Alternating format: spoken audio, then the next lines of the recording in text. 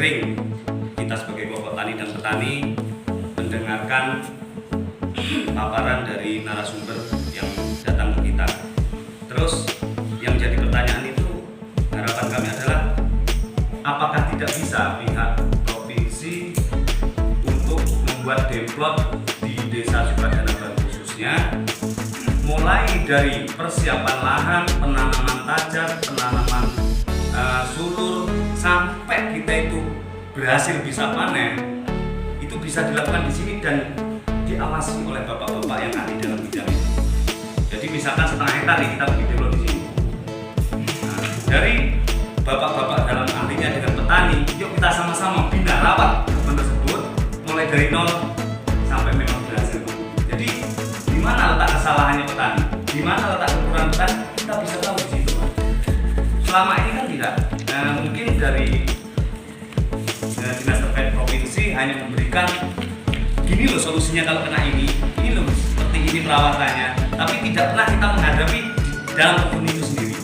Jadi harapan kami sebagai petani harus ada demplot, percontohan yang kita kawal semuanya, bukan dari pihak petani, tapi pihak dinas pun ikut di situ.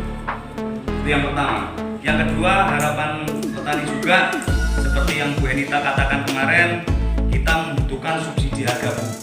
Itu mungkin bisa terrealisasikan lebih cepat, lebih baik. Jadi biar memotivasi petani agar tetap mempertahankan lada yang ada di laut. Mungkin itu aja Bu. Terima kasih.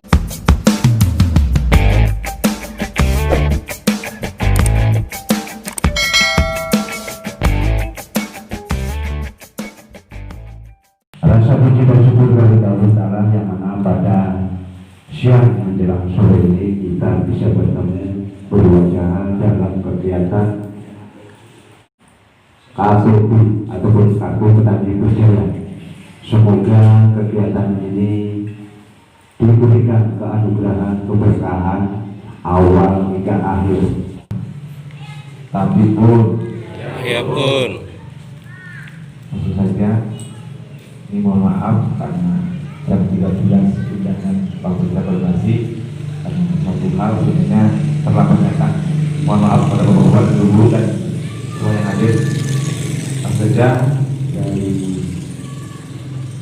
dinas perkebunan provinsi yang sudah hadir dan semua bapak-bapak, ibu-ibu yang hadir pada kesempatan sore hari ini yang saya hormati, untuk kembalinya kejayaan lada hitam lambung untuk dunia.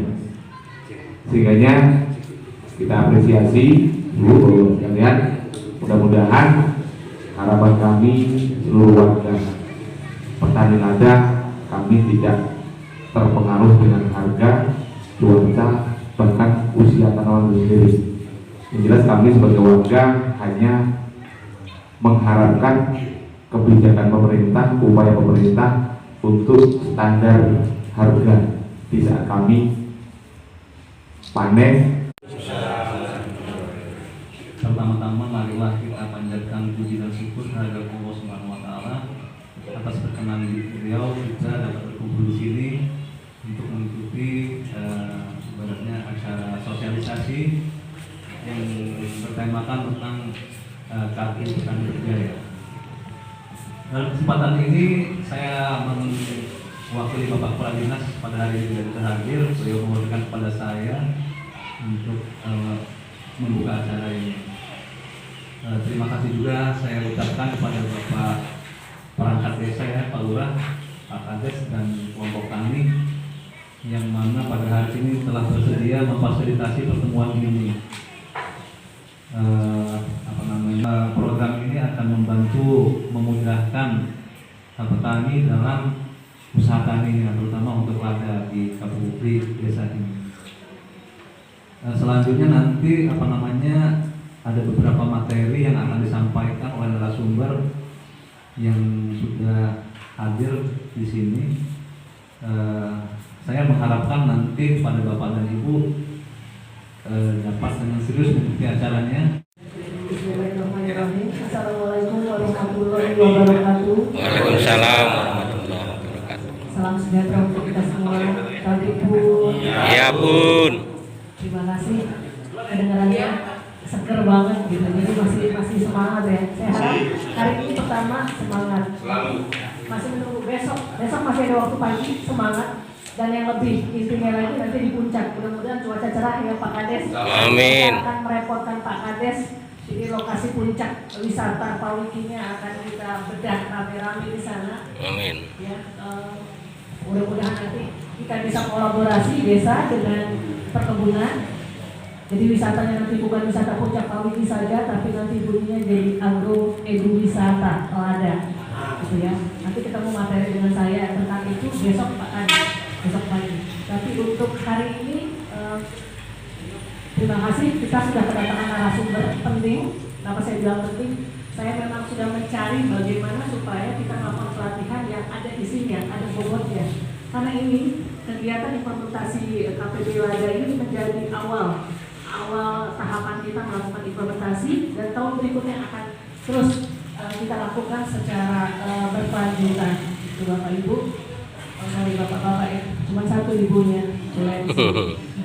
Di sini di tengah-tengah kita sudah hadir senior kami, 3 orang ini dari Dinas Perkebunan semua ya. Jadi yang mungkin saya kenalkan yang pertama Bapak Haryono SP MSI. Beliau adalah Kepala Seksi Pengawasan UPTD Balai Pengawasan dan Pengujian Mutu Benih Dinas Perkebunan Provinsi Lampung. Kantor beliau di Terginang ya Pak ya? Di Terginang. Kemudian beliau tinggal di Bandar Lampung. Beliau akan memaparkan materi tentang bagaimana mengenal fisik kebun produksi petani. Jadi masing-masing nanti akan mendapatkan pemahaman bagaimana cara menilai fisik, kemudian bagaimana desain kebun produksi yang ideal, kebun produksi lada yang ideal seperti apa. Jadi nanti dikupas tuntas oleh beliau sebentar melalui materi, kemudian nanti kita ada sesi setelah kami kita kunjungan lapang untuk melihat kondisi yang sebenarnya. Begitu nanti kemudian kebunnya untuk sementara kebunnya nanti kita gunakan kebun Mas Heri ya, mohon berkenannya karena kebun Mas Heri juga menjadi kebun Farm, demonstrasi farmer dari pupuk organik cair ekofarming. Kemudian yang kedua adalah Ibu Widya Trihasuti SP dan Pak Mugi SP ya, mereka berdua tim, yaitu fungsional pengendali organisme penyakit terpadu. Jadi kita memang sengaja undang. Beliau mewakili UPTD Perlindungan Tanaman Dinas Perkebunan Provinsi Lampung dan tempatnya juga di Terginang. Nah, beliau berdua ini yang akan menyampaikan materi tentang organisme pengendali terpadu lada, sarjana teknik. Beliau ini sebenarnya sarjana teknik arsitek Pak, luar biasa ya. Tapi beliau mulai berkecimpung sebagai agronomis dari PP Hasta Karya Rafa. Buyer pasar luar negeri sangat membutuhkan informasi keterlacakan. Jadi kalau dulu lada yang dijual oleh eksportir itu bisa dari mana-mana, Bapak. Dari Lampung bisa, dari Bengkulu, dari Kalimantan dioplos terus dijual pakai label Lampung bisa. Tapi saat ini buyer di luar negeri sudah menetapkan keterlacakan. Jadi ketelusurannya harus tahu dari mana, asalnya dari kebun mana. Kalau dibilang dari Lampung, Lampungnya di mana? Lampung Timur. Lampung Timurnya di mana? Di Marga 3. Marga 3 di mana? Di Sukadana Baru. Sukadana Baru di dusun mana? Di kebun apa di sawah? Apa di sungai? Jadi harus dilakukan titik GPS di lokasi itu. Itu menjadi syarat utama. Karena nanti terobosan kita dari awal implementasi ini kemudian di bertahapnya, target saya menargetkan 2 tahun lagi kita sedang persiapan untuk pembangunan perusahaan eksportir lokal lada berbasis beranggotakan petani. Jadi itu yang jadi tantangan Marga 3 khususnya di sini. Itu target kita ke depan. Apakah kawan-kawan petani lada di sini sudah? Gitu ya. Nah, ini menjadi proyek pemerintah sampai dengan tahun 2024.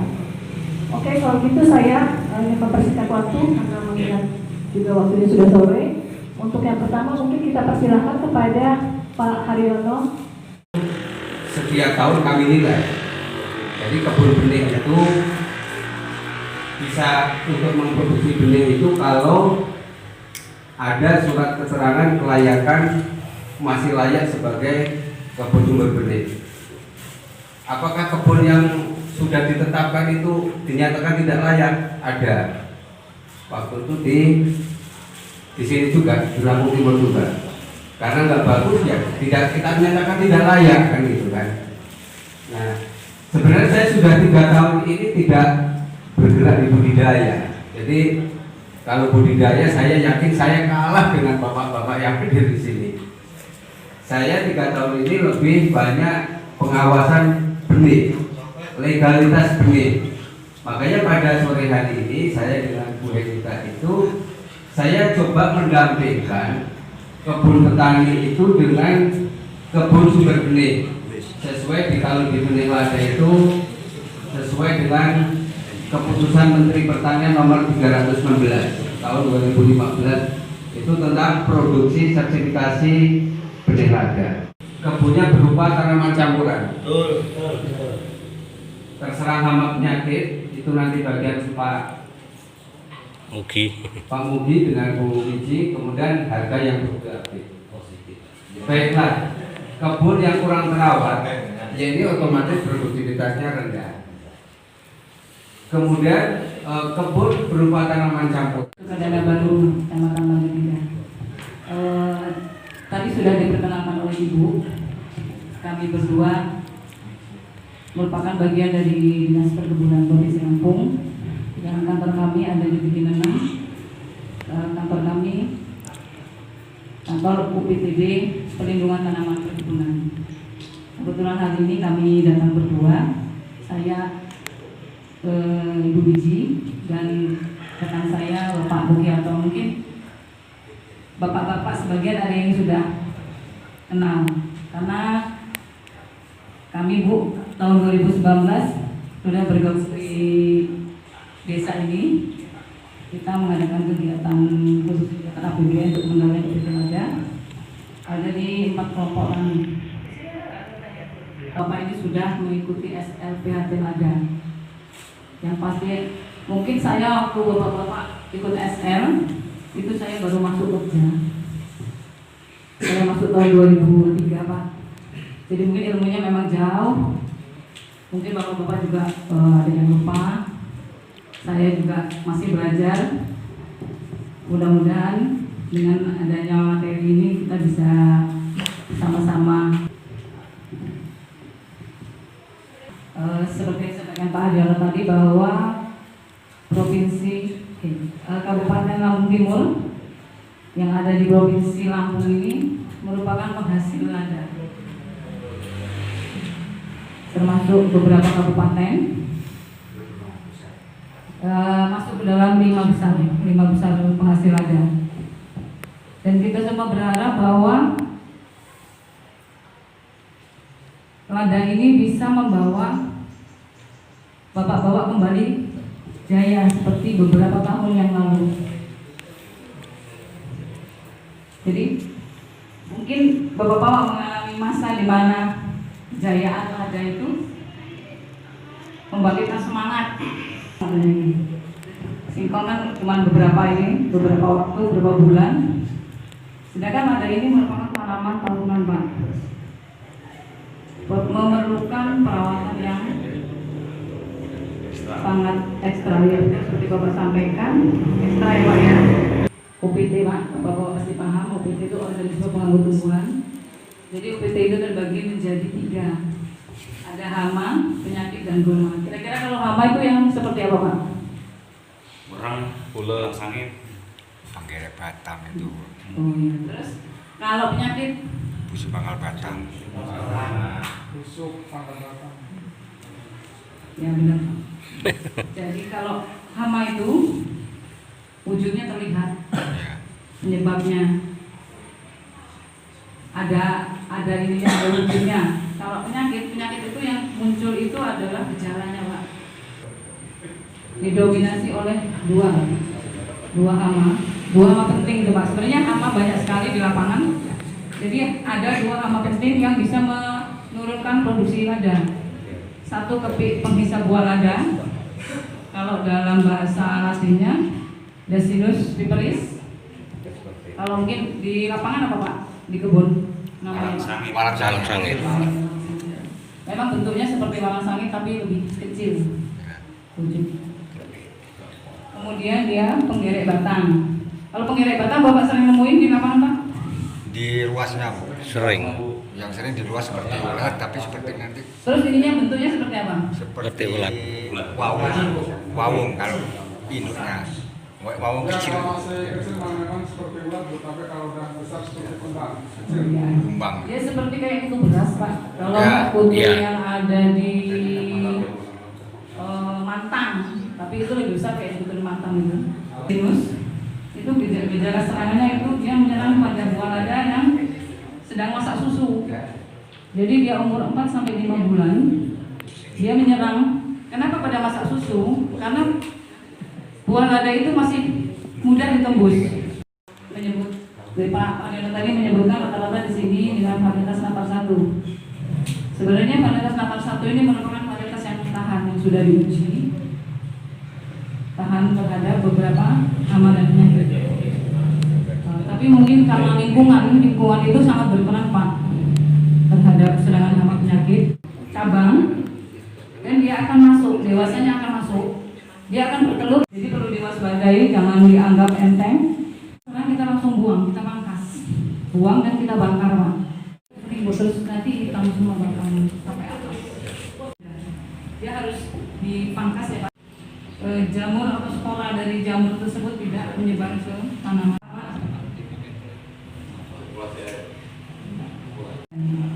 Sering dipupuk Pak? Radanya? Sering. Oh, Pak senyum. Dan ini pembuangan seluruh cacing dan seluruh gantung. 85 saya itu praktek di Ladah di Natar, saya PKL di Natar. Penyakit busuk pangkal batang itu sudah ada Pak. Sampai sekarang tambah membesar. Pertanyaan saya kok nggak ada dari perkebunan ini, nggak ada solusi untuk mengatasi penyakit busuk pangkal batang ini dengan yang secara dokter. Selama ini cuma biologis. Kalau diatasi dengan secara biologis paling cuma mengurangi. Yang tadinya matinya hari 10 paling 2. Ya.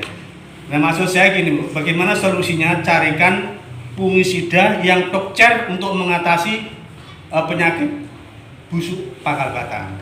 Petani ini kalau biologi nggak telaten loh. Ini sering kita sebagai kelompok tani dan petani mendengarkan paparan dari narasumber yang datang ke kita. Terus yang jadi pertanyaan itu, harapan kami adalah apakah tidak bisa pihak provinsi untuk membuat demplot di Desa Sukadana Baru khususnya, mulai dari persiapan lahan, penanaman tajar, penanaman sulur, sampai kita itu berhasil bisa panen, itu bisa dilakukan di sini dan diawasi oleh bapak-bapak yang ahli dalam bidangnya. Jadi misalkan setengah hektar nih kita bikin demplot di sini. Nah, dari bapak-bapak dalam ahlinya dengan petani, yuk kita sama-sama bina rawat kebun tersebut mulai dari nol sampai memang berhasil. Jadi di mana letak kesalahannya petani, di mana letak kekurangan petani, kita bisa tahu di situ Pak.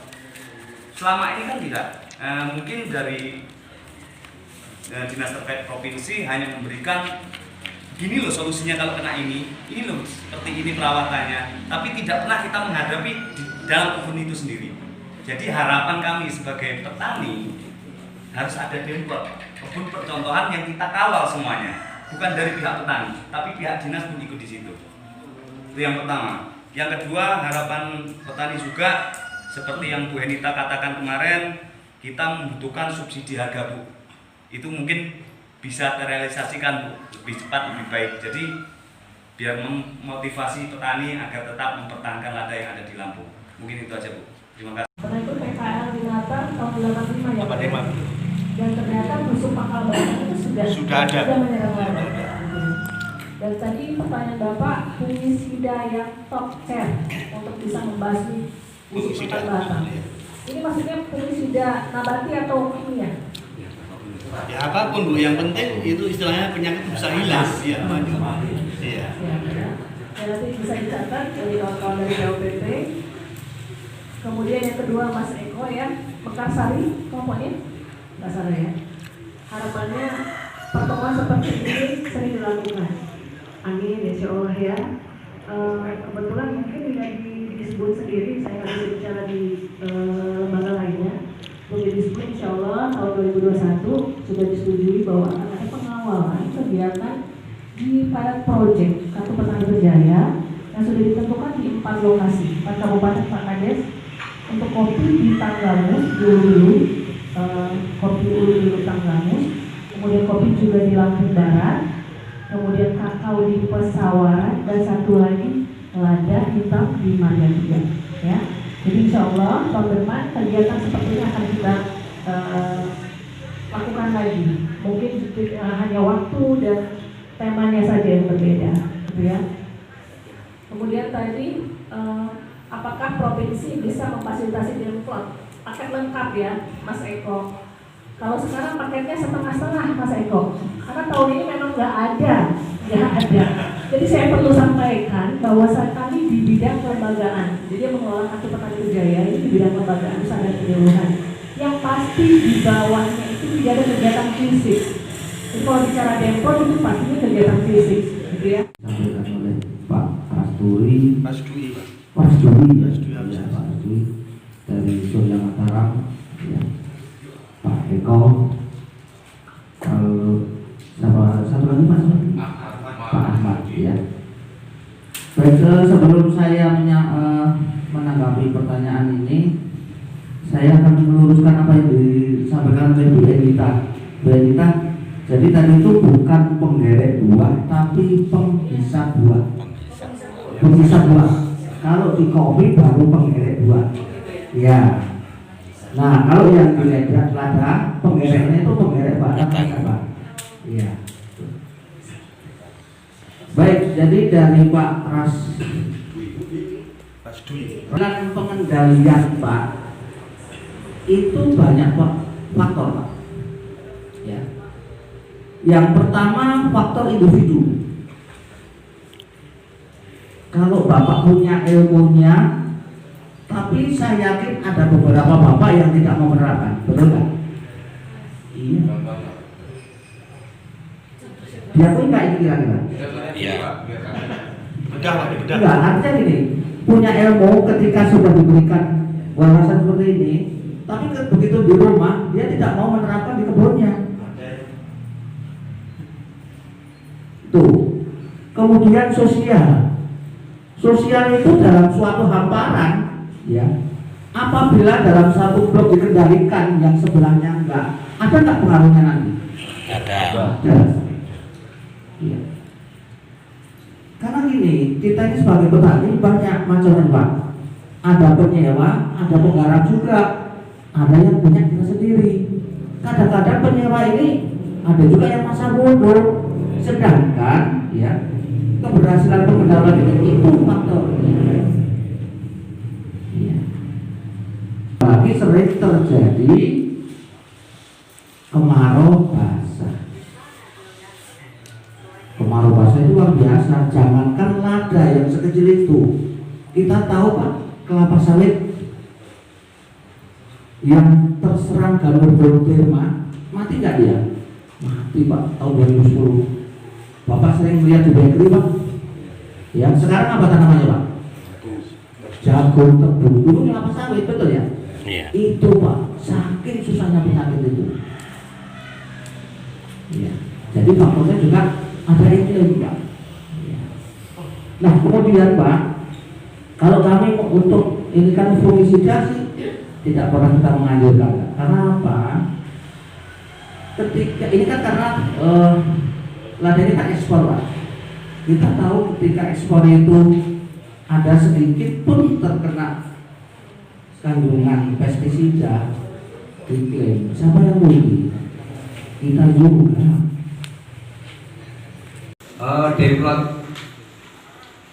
Demplot ini hal yang sederhana. Kalau kawan-kawan mau.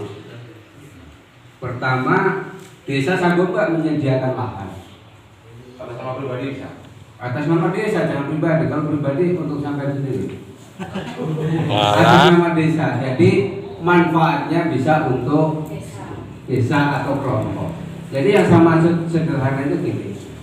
Yang dimaksud sama Mas Eko adalah demplot ini kan untuk semua. Jadi saya memberikan solusi demplot ini kalau ada lahan 1 hektar kita bagi 2. 1 hektar nanti kita siapkan sebagai sumber benih, setengah hektar kita persiapkan untuk kebun produksi. Kebun sumber benih ini kalau sekarang kan tanamnya udah telat karena tajar kan harus tanam duluan di kemarau ya. iya. Katakanlah bisa nggak nanam tajar agak-agak musim hujan nanti, tapi nggak bisa juga tajar musim hujan Busuk. Jadi katakanlah tahun 2021 persiapan untuk demplot dengan menanam tajar. Kemudian di bulan November tanam lada baru. Benih kan di Lampung Timur ini banyak. Ya, artinya benih tersedia.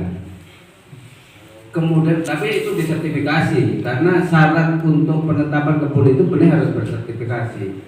Kemudian tenaga kerja masa harus bayar dinas. Kalau lubang hanya 1 hektar, mungkin dibagi 1 orang tuh hanya kebagian 5 lubang. Kecil lah itu. Jadi tenaga kerja bisa digotong royong. Kemudian yang saya maksud nanti setelah tanaman itu umur 9 bulan kebun lada ini sudah bisa diusulkan sebagai kebun sumber benih. Biaya penetapan nanti kami laporkan ke pimpinan untuk 2022 dialokasikan. Karena memang itu ada biayanya mendatangkan pemulihan, mendatangkan tim Dirjenbun dan mendatangkan PBT dari Balai Besar Medan, Pak. Jadi memang ada tiga orang yang harus datang di dalam penetapan.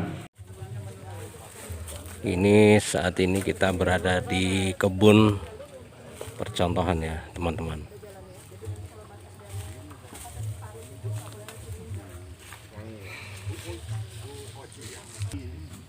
Pasti lah kalau tepang dan habis tahun kemarin. Tepang sekarang kenapa? Dari dulu ini tuh kan tahun tidak segini. Kalau bisa tepang sekarang ya tepang sekarang aja. Berarti nggak bisa ditebang. Iya. Baik, terima kasih. Ya.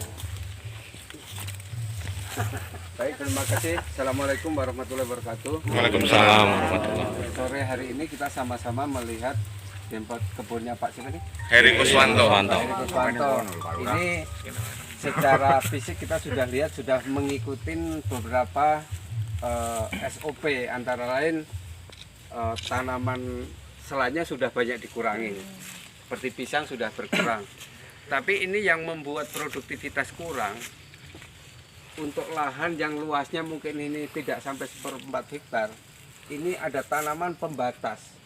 Ini tanaman berkayu semua. Ini 8 meter kanan kiri ini otomatis tidak produktif. Jadi kalau 1/2 hektar diharapkan itu lada bisa dapat 400 kg, dengan kondisi kayak gitu ya nggak bisa. Itu sudah berkurang. Kalau panjangnya 100 meter sudah 100 meter kali berapa. Jadi kalau kita hitung produktivitas masing-masing pohon hanya mungkin yang di tengah ini yang bisa ini. Ini memang menjadi tantangan Pak. Jadi rata-rata dengan kepemilikan lahan yang terbatas, sama-sama ego dengan tanaman pembatas, ini membuat produktivitas tanaman pokok masing-masing petani ini berkurang. Parit isolasi. Parit isolasi itu berada di pinggiran yang mengelilingi kebun. Tujuannya apa? Supaya air itu lancar, tidak menggenangi tanaman lada. Karena apa? Tanaman lada jika tergenang cepat sekali dia terjangkit penyakit busuk pangkal badan. Kemudian yang kedua perlu kita lakukan pembuatan rorak. Nah tapi betul-betul kita sikapi. Ini harus tahu karena gini, ada beberapa teman-teman petani itu biasanya ada juga yang nanamnya itu di mana kemudian dirundukkan baru dinaikkan. Ada yang seperti itu Pak? Ada. Nah jadi Ngancang harus namanya. tahu persis itu. Nah, jika dilakukan seperti itu kita nggak tahu nih. Diapel itu, ngapel. Di sini nanti kena akarnya ya itu sudah fatal kita. Tapi kalau hanya di dekat dengan tajarnya bisa dilakukan di mata limanya Pak, tengah sini. Di senter ini. Ini ya. Sini. Kemudian selang satu Pak. Ini kan sudah 1, 2, 3, 4 Pak ya. Nah, kemudian selang satu tangannya gitu. Kira-kira ya 80 lah, 80 atau 1 meter kali 60 lah, kedalamannya bisa 40. Ketika sini sudah penuh dimasukin seresah itu, nanti pindah lagi ke sini selang satu gitu. Ya. Ini tujuannya apa? Pada saat kita kemarau panjang, insya Allah masih ada kandungan air di sini. Itu tujuannya. Kemudian juga organik ini bisa untuk komposnya. Ya. Nah kemudian ini Pak, ini contoh mengenai batang itu. Nah, biasanya makanya kadang petani gini, ini sudah nggak ada ini imagonya udah keluar. Kemudian ada semut, dia bilang, oh semut itu, Pak musuh kita kan gitu ya, betul nggak? Nah itu, padahal sebetulnya bukan. Nggak apa-apa ya Pak ya? Nggak apa-apa Pak. Dibuang ya. Dibuang ini. Kira-kira setengah meter lah Pak. Waduh. Setengah meter lah ini Pak. Gembongannya hilang. Nah itu memang kadang-kadang sayang itu. Guntingnya ampuh Pak. Besok kan dikasih satu-satu. Bisa, Bu Ana baik Pak. Bisa ampuh guntingnya. Itu guntingnya bisa diperbanyak. diwariskan. Bu, diperbanyak Bu. Diperbanyak. Iya Bu. juga ini. Jadi gantung lah Pak ya. Biar nyebar ya Pak ya. Iya. Kalau yang ini harus dipisahin ini. Itu ketahuan itu kalau itu kena itu tadi. Kena itu tadi ada bekasnya. Nah ini harus dipisahkan, jangan Terus cacing. Cacing di Pak. Ini juga perlu Gus. Tapi hati-hati jangan poknya dipotong ya. Jangan bro. Poknya bro. Lumayan. Ini tak imangin di. Sing gede iki. Potong ayam. Potong ayam. Lah tuh. Mana enggak mampir? Kapan? Ini telur ayam panjatnya. 2 gelas ya. Iya, kita bandingin Ini. sama tanah, nanti kita bandingin. Kita aja. Dicutik-cutik. Kau mau ke YouTube ini. Izin di sini. Wis ah, wis izin karo awakmu ki.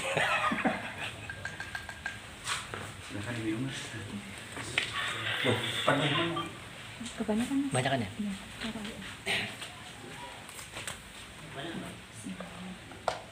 Ya, kita coba dulu. Untuk yang belum dikasih eco farming. Tuh. Ya. Agak orange ya warnanya. Oke. Taruh dulu Pak Citrum mana nanti? Itu kandungan-kandungan nggak ada tulisannya. Kandungan apa? Ininya. Nah, ini kan hanya pengantar listrik. Ininya berapa? Nah, kan?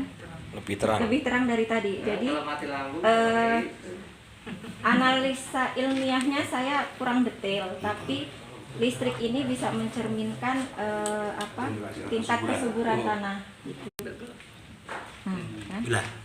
Ini yang tidak diberikan eco farming. Bu, agak redup. Redup ya. Bu, iya.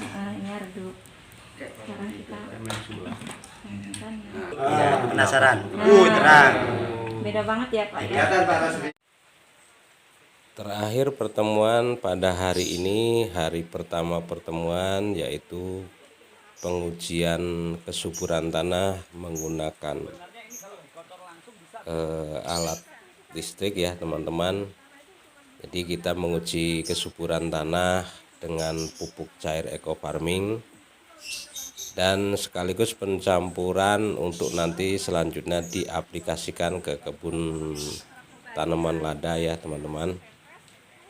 Terima kasih kepada Ibu Hesnita Astuti dan teman-teman seluruh kelompok tani, juga bapak-bapak dan ibu-ibu dinas kabupaten dan provinsi juga seluruh Gapoktan Kecamatan Margatika, Kabupaten Lampung Timur, Desa Sukadana Baru, Gerempawiki ya teman-teman.